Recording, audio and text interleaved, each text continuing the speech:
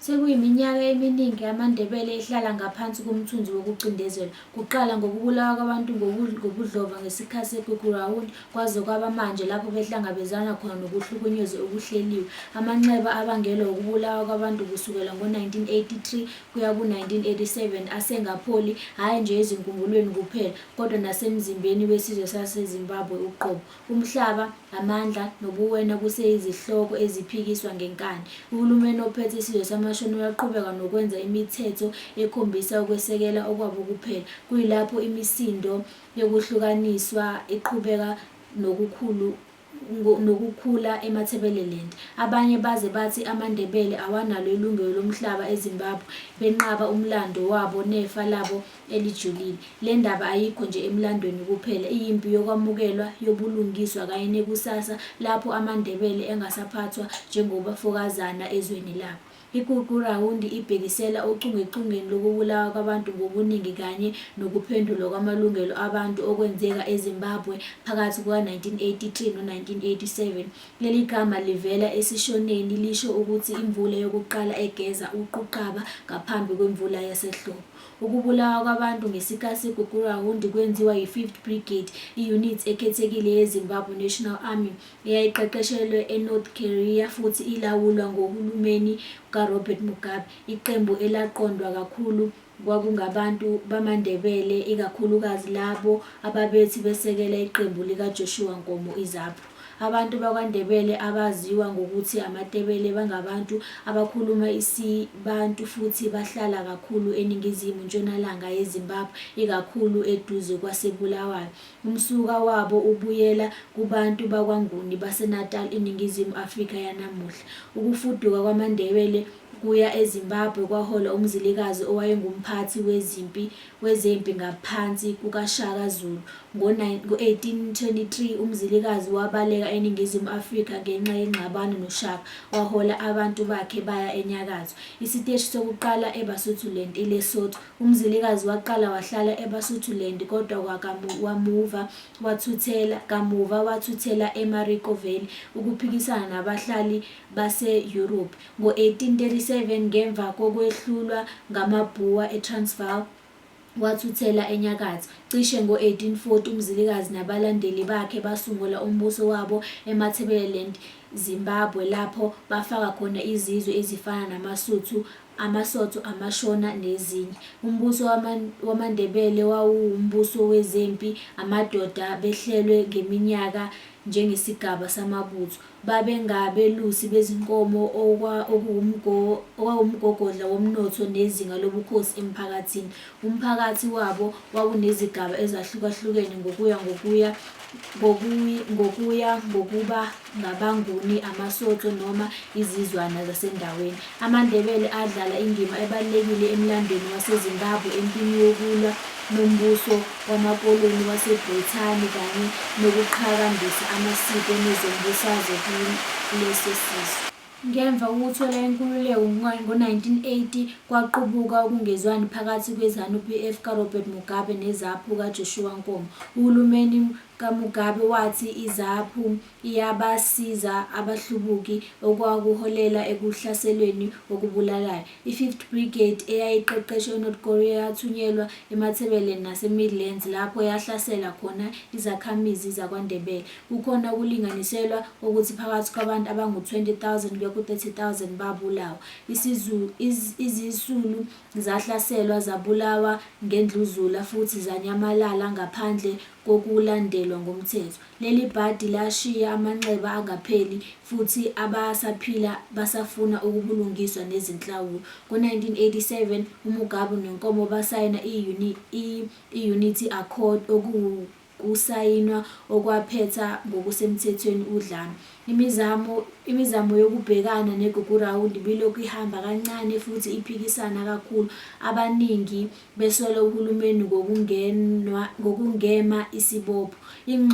Ingxoxo zakamuva zigxile ekwambuleni iqiniso, izinhlawulo kanye nokumbulwa kwezindawo ezingcwatshwa abantu ngobuningi. IGugurawundi iseyingxenye emnyama kakhulu yomlando waseZimbabwe ephinde iqhubeke nokuhlukanisa ngezizwana nezombusazwe nanamuhla. Ubani owabulala ubani? Ababulali kwakuyi-5th Brigade ngaphansi kohulumeni weZANU-PF kaMugabe. Izisulu ezinkulu kwakuyizakhamuzi zakwaNdebele, amadoda, abesifazane nezingane ezazisolwa ngokuthi abahlubuki noma abasekeli bezabo. I-5th Brigade yenze ukuhlukunyezwa okukhulu kwamalungelo abantu okubandakanya ukubulawa kobuningi. Izinkulungwane zabantu zabulawa, zashiswa ziphila noma zaphoqwa ukumba izindonga zazo zokugcina ngaphambi kokubulawa. Ukuhlukunyezwa nokudlwengulwa. Abaphunyukile balandisa ngokushaywa kabuhlungu, ukudlwengulwa nokuhlukunyezwa ngengqondo. Ukunyamalala kwabantu. Abaningi bathunjwa bangaphinde babonwa, kusala imindeni ingenalo ithemba noma ukuvalelisa. Imiphakathi eminingi yashiswa, izindlu zabhidlika, abantu basala beduka. Uhulumeni uMugabe woyika ukuphikiswa kwezombusazwe okuvela kwiZAPU waphendula ngodlame. Udlame olwalushisa kakhulu izingxabano zezinhlanga phakathi kweZANU-PF elawulwa ngamaShona neZAPU esekelwa ngamaNdebele. Inhloso kwakuwukuhlanganisa amandla nokwakha umbuso oholwa kuphela iZANU-PF. Le mbhikisho isashaqisa iZimbabwe nanamuhla. Abaphunyukile bafuna ubulungiswa nokwamukela. Izinkumbulo zabaphunyukile. IGugurawuli lashiya amanxeba ajulile kubantu bakwaNdebele. Abaningi abaphilayo belandisa ngobuhlungu bokubona izihlobo zibulawa, ngokuhlukunyezwa nokunyamalala kwabathandekayo. Indaba kaThabani Dlamini. Njengomntwana oneminyaka eyi-10 ngesikhathi seGugurawuli, uThabani wabona ukubulawa kwabantu emzaneni wakhe. Ulandisa ukuthi amasotsha ayephoqa izisulu ukuthi zimbile izindonga zazo zokugcina ngaphambi kokubulawa. Eduze kwekhaya lakhe eSalankomo eTsholotsho kunezindonga zokugcina lapho abafundisi nosonkontileka babulawa ngo-1980. Ukubulawa kweCiwani River. NgoMashi 1983, abantu abasha abangu-62 babulawa oGulumpula, iCiwani, eLupane. Kwaphunyuka abayisikhombisa kuphela, abanye babulawa ngendluzula. Izindlela ezibuhlungu. Abaphilayo balandisa ukuthi amasosha ashisa izindlu nabantu ngaphakathi, aphoqe obaba ukulala namadodakazi abo, waze waphoqa izisulu ukuthi zingcwabe izihlobo zazo ziphile. Lezi zingxabano zisekelwa emlandweni wokudingiswa kwamadolobha, izingxabano zezinhlanga kanye nenqubomgomo kahulumeni eyehlukanisa abantu bakwaNdebele. Ukudutshulwa ngecala. 1920s to 1950s, imindeni eminingi yakwaNdebele yaphucwa eMatabeleland naseMidlands yathunyelwa eBuhera District, indawo eyayikhuluma isiShona. Lokhu kududulwa kwadala inzondo ehlala kuze kube namuhla. Izinqubomgomo zomhlaba ngesikhathi sobukoloni. Ngaphansi kwamaBrithani, umhlaba wahlukaniswa phakathi kwamapulazi amhlophe nezindawo zemiphakathi, kwaphazamisa kakhulu amaNdebele. Ukwabiwa komhlaba ngemuva kwenkululeko 1980s. Izinguquko zomhlaba zaba nobulungiswa obuningi kwamaShona, kwathi amaNdebele amaningi alwela ukubuyisa umhlaba bawo wesizukulwane. Ukungalingani kwezomnotho. iMatabeleland eyayiyindawo yezimboni yaphela amandla ayo, holela ekuntulekeni kwemisebenzi kubantu bamaNdebele. Ukuvinjelwa kwezombusazwe. Uhulumeni uhlale ebalekela izikhalo zamaNdebele. Izikhulu zikahulumeni zigqoka noma zibheka izimfuno zokubuyiselwa komhlaba noma ukuzibusa. I-Unity Accord 1987, nakuba yayizama ukuqeda ingxabano yezinhlanga, yahluleka ukubhekana nezinkinga zomhlaba, kwashiya amaNdebele ezwa ehlukumezekile. Ukungezwani kwamanje. Ukubusa kwamaShona. Izikhulu eziningi zabaShona zisola ukuthi amaNdebele awanalo ilungelo lomhlaba eZimbabwe, futhi kuqinisa ukwahlukana kwezinhlanga. Izinyakatho zokumisela zaseMthwakazi. Abanye abavikeli bamalungelo bamaNdebele baphakamisa ukuzimela kweMatabeleland, bethi amalungelo omhlaba ahlukumezwe ngezindlela ezihlelekile. Udaba lomhlaba alukapheli luphinde lubumbe ukungalingani kwezomnotho, ezombusazwe nezokuhlalisana phakathi kwaMashona namaNdebele. Uhulumeni waseZimbabwe uhlulekile ukubhekana noGugurawundi ngendlela enesibopho, abaningi besola izikhulu ngokubalekela ubulungiswa. Ukwenqaba kukaRobert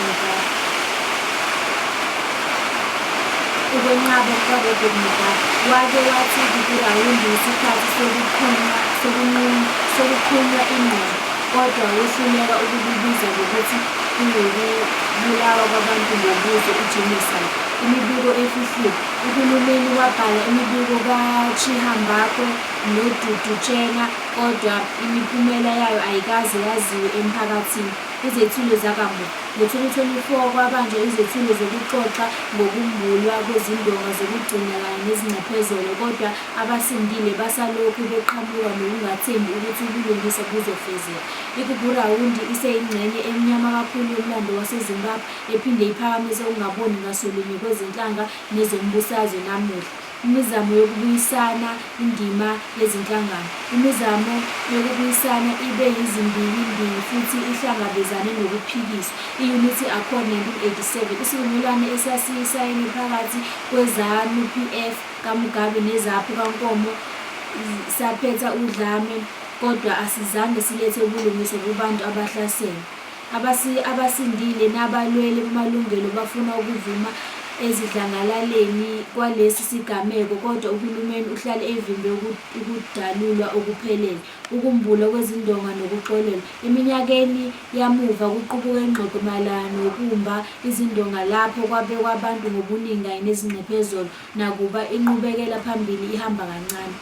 Nozizwe's Mothers Movement, inhlangano yomphakathi elwela ukuthi iqiniso livele nesinxephezelo kulabo abahlaselwe yiGugurawundi. IBhethu likaZulu, iqembu eligxile ekukhumbuleni izisulu nasekubizeni uhulumeni ukuthi abhekane nesibopho. Abalweli bakwaMthwakazi. Abanye bathi iGugurawundi yayingxenye yesu elibanzi lokuhlukumeza abantu bakwaNdebele behlaba umkhosi wokuzimela kwesifunda. Yize imizamo ikhona, abaningi abasindile bathi ubulungiswa busalokhu buphunyuka, kanti uhulumeni usalwehla ukuqonda kahle isikweletu somlando. Umhlabathi waseMatabeleland usagqoka izwi lamathambo angakaze agcwaliswe. Imizwa yemindeni ehlukanisiwe yomhlaba othathelwe nomlando owanqunywa kabusha. Izithunzi zeGugurawundi azikaphumuli ngoba ubulungiswa abukaze bufike. Sekuyiminyaka amaNdebele ephathwa njengabaphandle ezweni lawo, amazwi awo efihlwa, ukwenqatshwa kwezombusazwe nobandlululo lobuso. Babonile umhlaba wabo uhlukaniswa, isithunzi sabo sishushiswa, nezimfundo zabo zidedelwa, kodwa ukuthula akusho ukukholwa. Usuku lokubhekana neqiniso luzofika, noma iZimbabwe izobhekana nomlando wayo, noma amanxeba azoqhubeka nokuvuvukala, kuze kube yilapho isisindo samathambo akholwayo siphoqa izwe ukuba silalele. Asazi, sesiyobona khona. Ngiyabonga.